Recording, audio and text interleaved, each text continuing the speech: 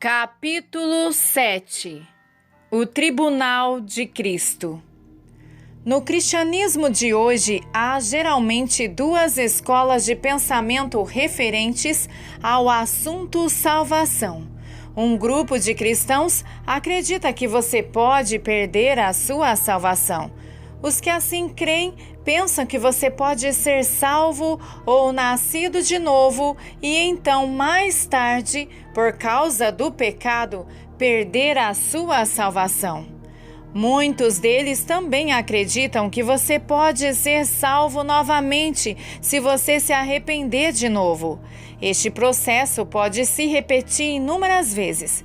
Este ponto de vista foi definido muitos anos atrás por um homem chamado Jacobus Arminius, formando uma parte do que é conhecido por arminianismo. Essa doutrina normalmente é mantida pelas igrejas pentecostais ou carismáticas. A segunda escola de pensamento sobre o assunto da salvação é aquela em que, uma vez que você nasceu de novo, você é salvo e nada que você ou qualquer outro possa fazer mudará este fato. Se você pecar ou se você abandonar a fé, nada disso terá qualquer impacto sobre a sua segurança eterna. Eles acreditam que você não pode perder a sua salvação. Uma vez que recebeu Jesus, você vai para o céu e ponto final. Este ponto de vista foi exposto por João Calvino e assim formou-se uma parte do calvinismo. Esta é a posição da maioria das igrejas fundamentalistas. Interessante, ambos os lados mostram versículos bíblicos muito significantes e convincentes para comprovar sua tese. Cada lado cita versículos que parecem provar o que eles ensinam. Entretanto, vimos no capítulo precedente que cada lado deste debate está cometendo um erro fundamental. Estão discutindo seu ponto de vista considerando que salvação é o mesmo que nascer de novo. Eles citam os versículos interpretando salvação como se fosse um evento. Não perceberam que a salvação bíblica não é apenas um novo nascimento, mas também um longo processo de uma vida transformada de glória em glória à imagem de Jesus Cristo. Se você tem alguma dúvida sobre isso, por favor, leia o capítulo anterior sobre a salvação da alma para uma explicação mais completa sobre este assunto. Quando você lê a Bíblia com isto em mente, muitos versículos fazem muito mais sentido. Muita confusão é resolvida simplesmente pelo fato de compreender que salvação é mais do que um evento de um tempo único, mas sim um processo pelo qual nós somos transformados também. Conforme estamos vendo ambos os pontos de vista acima mostrados, não acertaram em algo muito importante, mas também precisamos ver que ambos contêm uma boa dose de verdade quando olhamos para eles sob a luz apropriada. Todas as escrituras usadas por ambos os lados são verdadeiras. Deus não cometeu enganos quando escreveu sua santa palavra. O problema é que as pessoas definiram salvação simplesmente como ser nascido de novo, mas na Bíblia e na mente de Deus há muito mais do que isto. A salvação bíblica é o trabalho completo de Deus no homem e para o homem, começando com a sua experiência do novo nascimento, continuando com a transformação da alma e acabando com a glorificação do corpo. O que você ganhou da vida eterna Zoe é verdadeiramente eterno? Por definição, o que é Deus é absolutamente indestrutível. Se você permitir ao Eterno que entrasse em seu espírito e se uniu a Ele, 1 Coríntios 6,17, não há maneira de perder ou destruir este fato. Qualquer tipo de vida só pode ser perdida de uma maneira. Ela não é como um líquido que se evapora ou vaza de nós. Em todo o universo, Deus nos mostra que só há um meio de acabar com qualquer tipo de vida: matá-la. Mas, como você vê, a vida de Deus é impossível de matar. Os judeus e os soldados romanos tentaram, mas foi impossível para a morte retê-lo. Atos 2:24. Deus não vai simplesmente desaparecer de você. O que foi saturado e permeado com sua vida e natureza divina tornou-se eterno e absolutamente indestrutível. A palavra eterna significa exatamente isto: eterna. Mas, por outro lado, se não permitirmos a Deus que nos encha e nos transforma, se nos recusamos a permitir que o Espírito Santo acesse a todas as partes de nossa alma, se resistirmos ao trabalho e à disciplina de Deus em nós, esta velha parte natural se perde e quando Jesus voltar, o nosso tempo de transformação e entrega se finda. Então, o que ganhamos será nosso, mas o que não ganhamos estará perdido, já que não haverá segunda oportunidade para recebê-lo. Esta compreensão corresponde exatamente ao ensinamento de Jesus quando ele estava na terra. Ele claramente dizia: aquele que salvar sua vida, perdê-la-á. Mateus 16:25 e também Mateus 10:39, Lucas 9:24, Lucas 17:33 e João 12:25. É significante que este verso esteja escrito 5 vezes na Bíblia. Nada poderia ser mais claro. Se você ama a si mesmo e resiste à transformação, ao trabalho purificador do Espírito Santo dentro de você, então a vida natural da alma será perdida.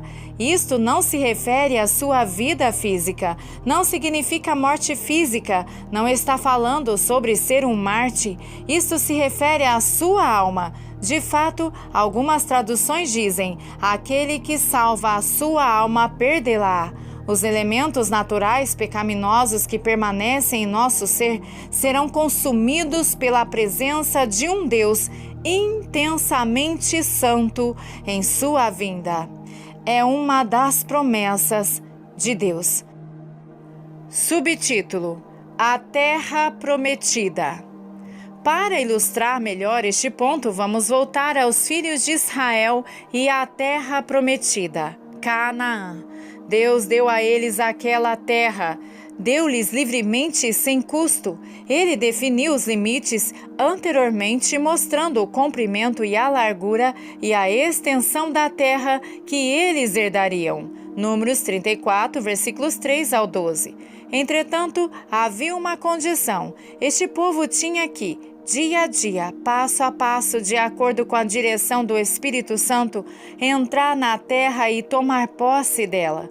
Os israelitas não podiam simplesmente sentar-se no lado leste do Rio Jordão e proclamar que eram proprietários da terra. Eles não poderiam apenas estar no lado leste louvando e agradecendo a Deus por este grande presente que Ele havia lhes dado. Para realmente obtê-la, através da fé e da obediência, eles tinham que entrar e possuí-la. O mesmo ocorre hoje para nós com relação às nossas almas. Jesus explica: é na vossa perseverança que ganhareis as vossas almas. Lucas 21:19. É essencial para cada filho de Deus conhecer e compreender esta verdade. Para ganhar, que significa experimentar a salvação e a transformação progressiva de nossas almas, precisamos perseverar em buscar Deus com todo o nosso coração. Verdadeiramente, Jesus Cristo comprou para cada cristão uma salvação completa. Sua morte na cruz foi suficiente para nos transformar de um degrau de glória para outro, até a sua exata imagem. Ele derrotou o pecado, a morte e o poder do diabo. Todo o seu trabalho foi feito. Na cruz ele afirmou: está consumado. João 19:30. Entretanto, ainda resta uma parcela para nós fazermos. Precisamos, pela fé e obediência, entrar e tomar posse daquilo que Ele gratuitamente nos deu. Não nos fará bem algum simplesmente louvar e agradecer a Deus por seu presente, se não fizermos nenhum progresso espiritual. Essas não são promessas para algum dia futuro. Hoje é o dia da salvação. 2 Coríntios 6:2. Hoje é o dia para nos tornarmos coparticipantes da natureza divina. Hoje é o tempo de buscarmos Jesus com todo e de todo o nosso coração. Nosso Deus deu as suas grandiosas e preciosas promessas para que por elas vocês se tornassem participantes da natureza divina. 2 Pedro 1:4. Queridos irmãos, uma porta grande está aberta para nós. Nós temos diante de nós um tesouro enorme. Temos a possibilidade de participar de tudo o que Deus é. Ele nos deu até sua própria vida e natureza divina. Que dom valioso, importante e essencial. Nós temos diante de nós uma boa terra. Vamos entrar e possuí-la? Se por outro lado não estamos desejosos de encarar o inimigo, lutar as batalhas, confrontar os gigantes de nossas vidas e manifestar a vitória de Jesus, nós não obteremos o que é nosso por direito. Não vamos ser bem-sucedidos em receber o que está disponível para nós. Se não progredirmos em obediência e fé, não vamos herdar o que é nosso por direito. O que aconteceu com os filhos de Israel serve como exemplo para nós. Mesmo que Deus já tivesse dado a eles seu território, eles nunca tinham entrado e possuído completamente a terra. Falharam em obedecer a Deus e, através do medo e da desobediência, falharam em entrar completamente na promessa. Aquilo que eles ganharam, receberam, mas o que não conquistaram foi perdido para eles. Do mesmo modo, hoje, se não ganhamos o que Jesus comprou para nós através da nossa fé e obediência, vamos perdê-lo. Se não prosseguimos em ser salvos e transformados completamente hoje, a oportunidade vai passar e vamos perder nossa chance de ganhar espiritualmente. Se não nos submetemos a Cristo hoje, em preenchermos nossa alma com Ele até transbordarmos, será tarde quando Ele voltar. O que nós experimentamos é nosso, o que nós obtemos é eterno, mas o que não conquistamos está perdido para nós a menos que nos arrependamos e forcemos a entrada na terra hoje. A Bíblia nos previne. Temamos, portanto, que sendo-nos deixada a promessa de entrar no descanso de Deus, suceda parecer que alguns de vós tenha falhado. Hebreus 4:1. Subtítulo: Transformação instantânea? Pelo que posso perceber, a maioria dos cristãos acredita em algum grau de transformação. Isto é, eles acreditam que podem ser transformados de um modo ou de outro pela obra do Espírito Santo. Muitos admitem a necessidade de serem libertos de alguns pecados visíveis mais grosseiros. Alguns até falam de uma santidade maior. Entretanto, muitos crentes na igreja atual parecem pensar que este processo é opcional ou que não é realmente essencial.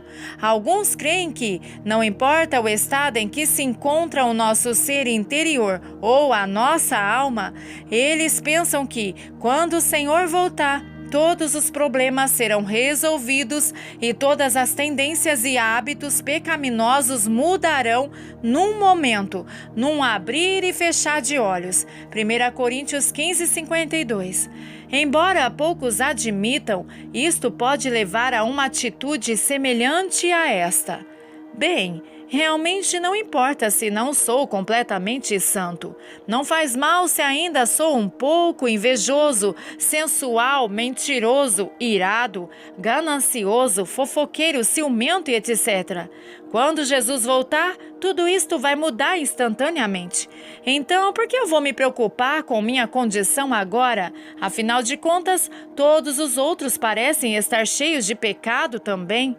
Ah, Deus me perdoa. Por que eu deveria querer ser santo agora se vou conseguir isto mais tarde sem muito esforço? Embora alguns ensinem que ainda existe uma questão de recompensa, este fato não parece motivar muitos em nossa sociedade atual. Mas certamente alguns perguntarão: que tal ser transformado em um piscar de olhos? Este é um versículo maravilhoso, mas não está se referindo à nossa alma. Se você ler o contexto, perceberá que está falando sobre nossos corpos. Verdadeiramente, nossos corpos serão transformados instantaneamente para serem como Jesus. Eles serão glorificados imediatamente quando Jesus vier. Mas, com referência à alma, as Escrituras são bem claras. Eis agora o dia da salvação. 2 Coríntios 6:2. Não acontecerá nenhuma transformação de nossa alma depois da morte. Quando morremos, o tempo acaba. Nossa chance de ganhar para. O que ganhamos vai ser nosso, mas o que falhamos em obter estará perdido para nós. Só resta o julgamento sobre o que fizemos com nosso tempo, energia e dinheiro quando estávamos aqui na Terra. Por que Paulo, por exemplo, deveria morrer diariamente, negar-se a si mesmo, prosseguir para o alvo, disciplinar seu corpo e todas estas coisas, se tudo o que ele tinha a fazer era esperar pelo dia mágico em que seria transformado subitamente para ser como Jesus? Se tudo é tão fácil e barato, por que devemos nos preocupar com isso hoje? Eu até mesmo ouvi cristãos ensinarem que eles têm uma mais profunda revelação do que Paulo e que não precisariam absolutamente sofrer. Este tipo de tolice irá parar rapidamente quando Jesus aparecer em poder e glória. Sabemos, sem dúvidas, que quando Jesus voltar, nós estaremos diante de seu trono de julgamento, 2 Coríntios 5:10, e que receberemos galardão por tudo o que fizemos. Naquele dia, nossas obras serão reveladas pelo fogo. Se nossas obras passarem no teste, receberemos uma recompensa, mas se nossas obras forem imperfeitas, elas serão queimadas. 1 Coríntios 3:12-15. Subtítulo: Todavia, como que através do fogo. Mas agora vamos olhar mais atentamente para o verso 15. Lemos que a pessoa cujas obras foram perdidas, na verdade foi salvo, todavia, como que através do fogo. 1 Coríntios 3:15. Assim vemos que não apenas nossas obras passarão pelo fogo, mas nós também seremos testados pelas chamas. Lembre-se de que Deus não é apenas um fogo, mas um fogo consumidor. Sem dúvida, o que vai ser consumido diante de seu trono é algo que não é santo e nem reto e nem puro, tudo que não corresponda àquilo que ele é. De fato, se você parar para pensar, isto deve ser assim. Obviamente, nada que não seja santo pode aguentar a presença de Deus. Deus deve eliminar todo o pecado de seu povo. Lemos: os pecadores em Sião se assombram, o tremor se apodera dos ímpios, e eles perguntam: quem dentre nós habitará com o fogo devorador? Quem dentre nós habitará em chamas eternas? A resposta é dada: o que anda em justiça e fala o que é reto, o que despreza o ganho da opressão, o que com um gesto de mãos recusa aceitar suborno, o que tapa os ouvidos para não ouvir falar de homicídios e fecha os olhos para não ver o mal. Isaías 33, versículos 14 e 15.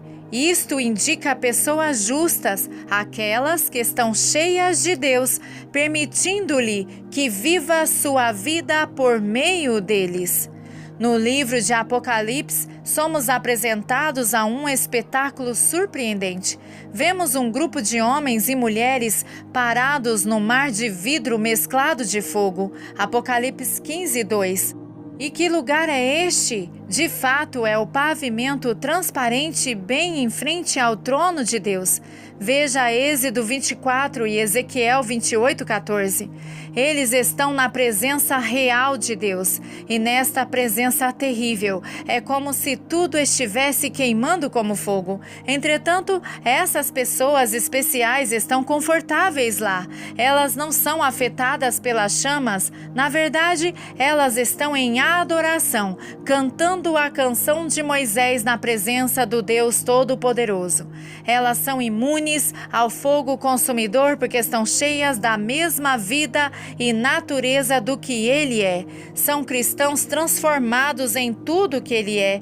Então as chamas não têm nenhum efeito sobre eles. Lembre-se também dos 3 amigos do profeta Daniel que foram atirados na fornalha ardente. Eles eram pessoas santas, haviam dado suas vidas completamente a Deus. Portanto, pela graça de Deus, não foram tocados pelas chamas. Estas coisas ainda falam a nós hoje. Subtítulo: O batismo de fogo. João Batista declarou: Eu, na verdade, vos batizo com água, mas vem o que é mais poderoso do que eu, do qual eu não sou digno de desatar as correias das sandálias. Ele vos batizará com o Espírito Santo e com fogo. Lucas 3,16. Aqui vemos um estranho pronunciamento. João diz que o Filho de Deus, Jesus Cristo, o Salvador do mundo, nos batizará com fogo. E qual é o significado deste fogo? Deus deseja purificar os seus filhos. Ele não só deseja selecionar entre os homens aqueles que crerão, mas também deseja transformá-los e purificá-los. Creio que este batismo de fogo é o mesmo que o fogo refinador mencionado em outras passagens das Escrituras. Veja Malaquias 3, versículos 2 e 3 e Zacarias 3, 9, o qual é intensamente quente e incandescente jazida de carvão. É este tipo de fogo que um joalheiro de ouro e prata usa para expurgar todas as impurezas dos metais com os quais está trabalhando. Jesus disse: Eu vim para lançar fogo sobre a terra, e bem quisera que já estivesse a arder. Lucas 12, 49. Não há dúvidas de que Deus deseja purificar os seus filhos. Ele não apenas deseja salvá-los, Ele quer purificá-los interiormente de maneira que eles tenham a mesma natureza e substância dele. Efésios 5, 27 diz: Para apresentar a si mesmo igreja gloriosa, sem mácula, nem ruga, nem coisa semelhante, porém santa e sem defeito. Tal coisa requer o batismo de fogo. Não apenas precisamos ser batizados com o Espírito Santo para nos enchermos da glória e do poder de Deus, mas também precisamos ser batizados com fogo, aquela chama interior, purificadora, refinadora, que nos queima, nos transforma e nos faz ser como Ele. Você vê? Todo cristão experimentará o fogo de Deus hoje e no futuro. Se passarmos bastante tempo em sua presença, isto acontecerá agora, porque verdadeiramente Ele é um fogo consumidor. Se permitirmos a Ele revelar e purificar completamente nossa alma, então seremos transformados como a madeira petrificada do capítulo anterior e, portanto, imune a qualquer fogo posterior. Subtítulo: Maturidade espiritual. Em vários lugares nas Escrituras, lemos sobre níveis ou estágios de crescimento espiritual. Veja Efésios 4:15, 1 Pedro 2:2, 2 Pedro 3:18 e 1 João 2, dos versículos 12 ao 14. Lemos sobre bebês em Cristo, jovens e mesmo pais, assim indicando níveis de maturidade. Creio que estas coisas não são apenas figuras de linguagem, mas se referem às realidades espirituais. Queridos irmãos e irmãs, esta é a nossa recompensa. Não vamos receber ouro ou prata ou recompensa de qualquer outro material físico na eternidade. O próprio Deus é a nossa recompensa. Ele disse a Abraão: "Eu sou o teu escudo, o teu grandíssimo galardão." Gênesis 15:1. Ele será nossa única recompensa. Você compreende isto? Em sua presença, nada mais tem valor. Ele é aquele em quem nos regozijaremos extremamente. O salmista nitidamente declara: "Na sua presença há plenitude de alegria, na tua destra delícias perpetuamente." Salmos 16:11. Creia, é verdade. Ele é e será nossa recompensa. Mas pense nisto também: a capacidade de cada um aproveitar esta maravilhosa experiência será governada por sua maturidade. Nossa maturidade espiritual nos capacita a experimentar mais profundamente tudo o que Deus é. Isto é exatamente o que acontece nesta vida atual. Eu me lembro de ter ido a um evento esportivo com meus filhos e uma outra família grande. Todos se divertiram, mas nem todos tiveram a mesma experiência. As crianças pequenas gostaram de rastejar ao redor de seus assentos, encontrando coisas interessantes. As crianças um pouco mais velhas se divertiram jogando e brincando umas com as outras. Os jovens e os adultos realmente se divertiram observando o jogo. Veja você, na eternidade todos irão deleitar-se em Deus, mas a recompensa de cada um se baseará em sua maturidade espiritual. Esta maturidade espiritual caminha lado a lado com as obras deles, as obras que eles fizeram quando estavam aqui na terra. Você sabia que todos os crentes estarão com o Senhor para sempre, mas não serão todos iguais? A maturidade espiritual da qual falamos se manifestará em glória esplendorosa, radiante. Daniel 12:3 diz: "Os que forem sábios, pois, resplandecerão como o fulgor do firmamento, como as estrelas para sempre." Cada um terá uma certa quantidade desta glória. Cada um irá brilhar com o seu próprio grau de brilho, dependendo do seu grau de fé e transformação. Lembrando que os versículos originais no grego não eram separados em versos numerados. Vamos ler em 1 Coríntios capítulo 15, versículos 41 e 42. Porque até entre estrela e estrela há diferenças de esplendor. Pois assim também é a ressurreição dos mortos. O que se recebe de Cristo hoje será revelado em resplendor quando Ele vier. Na eternidade, cada um exibirá um diferente grau de glória. Pode ser que estes pensamentos sejam novos para você ou que os ache algo surpreendentes. Portanto, gostaria de recomendar a você para não simplesmente reagir a isto emocionalmente. Procure as Escrituras por você mesmo. Ore sobre estas coisas. Reveja estes pensamentos após algum tempo. Creio que Deus lhe dará graça para ver que salvação inclui mais coisas do que se pensava. Há mais da divina revelação da palavra de Deus do que tem sido pregado. Verdadeiramente, precisamos nos esforçar para conhecer o Senhor e dar nossa atenção a coisas espirituais para que jamais nos desviemos delas. Hebreus 2:1. Subtítulo: O que dizer sobre perfeição? Indubitavelmente, alguns perguntarão: que dizer sobre perfeição?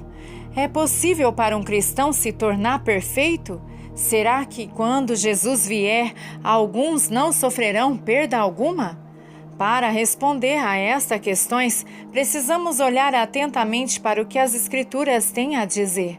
Não podemos olhar ao nosso redor e julgar a resposta pela condição de outros, nem podemos olhar para nós mesmos para decidir o que está correto.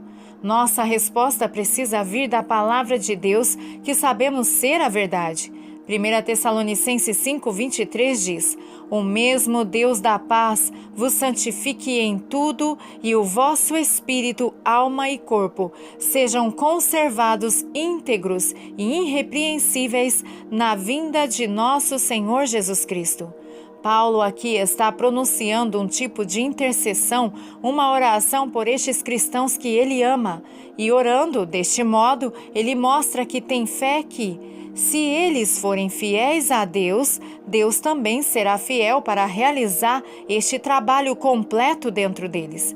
Podemos pensar sobre isto deste modo: se a morte, ressurreição e ascensão de Cristo não foram poderosas o bastante para nos transformar completamente, então temos que pedir a Ele para voltar e completar o trabalho.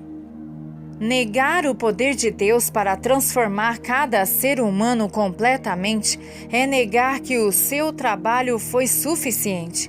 Este não é o caso. Na verdade, está consumado. João 19:30. De sua parte, Jesus fez todo o necessário para a nossa transformação e santificação. De nossa parte, apenas precisamos continuar a buscar a sua face até o dia de sua vinda. Podemos confiar que, por isso, também pode salvar totalmente os que por ele se chegam a Deus, vivendo sempre para interceder por eles. Hebreus 7:25.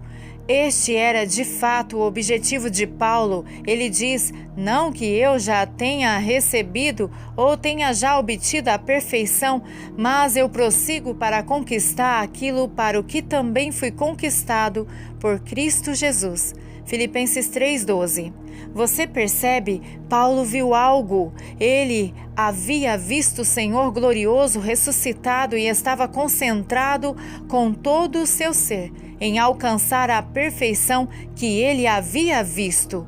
Ele não apenas estava perseguindo isto, mas também estava se consumindo em ajudar outros que chegassem também à mesma condição.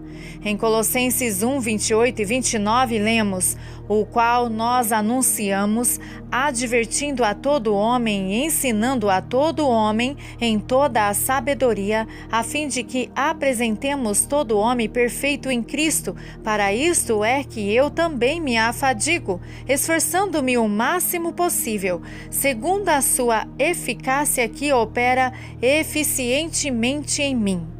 O próprio Jesus nos exorta: sede vós perfeito, como perfeito é o vosso Pai Celeste. Mateus 5:48. Este é o padrão, a perfeição do próprio Deus. Em um lado, nós vimos que os esforços da carne nunca poderão atingir esta imponente meta, mas no outro lado, vimos que isto é possível e se realiza simplesmente por receber uma outra vida e viver por ela. Devemos ser cuidadosos em não tomar como exemplo as falhas e pecados dos que nos rodeiam, mas o próprio Deus. Paulo repreende plenamente este tipo de erro dizendo: mas eles, medindo-se consigo mesmos e comparando-se consigo mesmos, revelam insensatez. 2 Coríntios 10:12. Se miramos em nada, acertaremos este alvo, nada. Infelizmente, é verdade que vemos muitos poucos cristãos vivendo uma vida livre de pecados e exibindo a vida sobrenatural. Tristemente, a maioria dos cristãos não está tomando posse de tudo o que Deus tem para eles. Talvez uma razão para isto seja que eles não sabem que existe uma possibilidade de se tornarem perfeitos. Além do novo nascimento, eles não têm noção de que há algo mais para ser ganho ou perdido. Verdadeiramente, Deus disse: o meu povo está sendo destruído porque lhe falta o conhecimento. Oséias 4:6. Há certamente uma grande escuridão cobrindo a igreja dos nossos dias. Enquanto isso, muitos pensam que eles são a geração mais espiritualmente erudita, mesmo que a verdade mais essencial sobre a salvação da alma esteja incompleta ou mal compreendida. Vamos ser muito claros aqui, não estou ensinando perfeição sem pecado. O pensamento de que poderíamos chegar a algum lugar nesta vida onde nunca pecaríamos. Um fator que torna isto impossível é que nós ainda temos um corpo caído. Este corpo é um corpo do pecado. Romanos 6:6. Ele tem apetites naturais, carnais. O desejo de alimentos, conforto, prazer, sexo e muitas outras coisas estarão sempre conosco enquanto estivermos neste corpo. Este corpo só se transformará completamente quando Jesus voltar. É por isto que Paulo ensina que devemos exercitar domínio espiritual sobre nosso corpo. Ele diz: mas esmurro o meu corpo e faço dele meu escravo. 1 Coríntios 9:27. Também lemos que ele almejava se livrar deste corpo pecador e receber um outro corpo puro e celestial. 2 Coríntios 5:2-4. Isto é porque quanto mais ele se tornava puro interiormente e se enchia com a vida de Deus, mais ele julgava este corpo terreno indigno de conter esta preciosa substância. O corpo pecador se tornou cada vez mais um peso demasiado cansativo. Queridos irmãos e irmãs, a salvação da alma é verdadeiramente um assunto sério. As consequências do que estivemos discutindo aqui são eternas. Não há tempo a perder. Não haverá nenhuma segunda chance. Portanto, precisamos estar encorajando uns aos outros mais e mais, à medida que vemos o dia se aproximando. Hebreus 10:25. Pela graça e misericórdia de Deus, que nós não estejamos entre os que retrocedem para a perdição, destruição, mas entre daqueles que têm fé para a completa conservação da alma. Hebreus 10:39. Amém.